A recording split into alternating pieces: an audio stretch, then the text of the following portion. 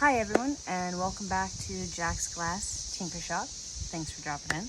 Today we are going to be making a Harry Potter wand wall mount. Yes, a Harry Potter wand wall mount. One of my best friends happens to work for Universal, and she has blessed me with both the Voldemort and the Harry Potter wands. So I wanted to make something cool to display them, not just a little stand, or I want to make something cool. So I kind of been doodling with some ideas. I don't know how well you can see that, but I think this is kind of what we're going to go for. Top half will be Voldemort with the snake going across it, with the Voldemort symbol on top. The bottom half will be the Harry Potter with the phoenix and the lightning bolt. I'm really not sure what it's going to look like once I get it made. We'll see what we do from there. So basically what I'm going to be using is I have this scrap piece of poplar. I'm going to measure it out, cut it down, get it drew up, at least the outline, get it cut out with my jigsaw, and then we'll come back for the actual carving part. So here's what I ended up with. We've got the Voldemort logo, Nagini, Dobby, the phoenix, the lightning bolt. This is what we're going to start with. We're going to carve it down, do the outlining with my extreme, I don't actually know what this is called, but I use this bit more than any of my other bits.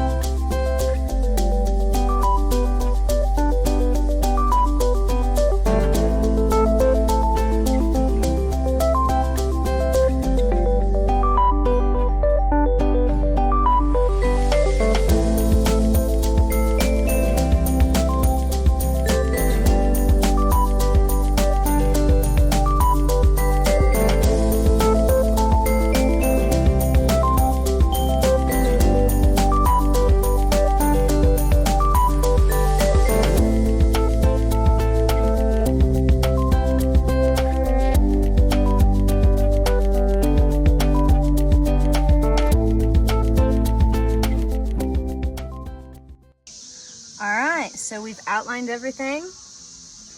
And now we are ready to start carving with the Extreme Rotary Burr. I use this for just about everything I do.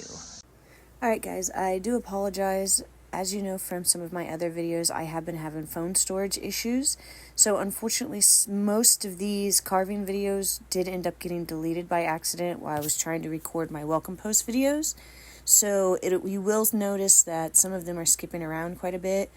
I do apologize about that. Unfortunately, I'm also a beginner and I'm still learning all of this, including and especially the recording, the editing, all of that. So please bear with me.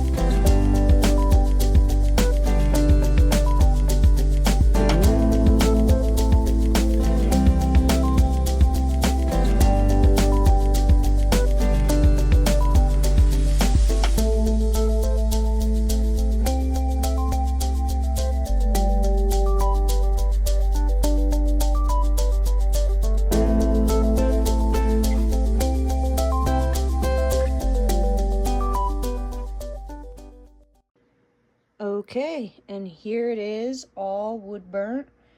I wasn't really for sure how it was going to turn out, because like I said before, it didn't really carve very good, but it is going to turn out to look pretty good, I think. Next, we just need to add some color. So I haven't really decided what colors I'm going to do yet.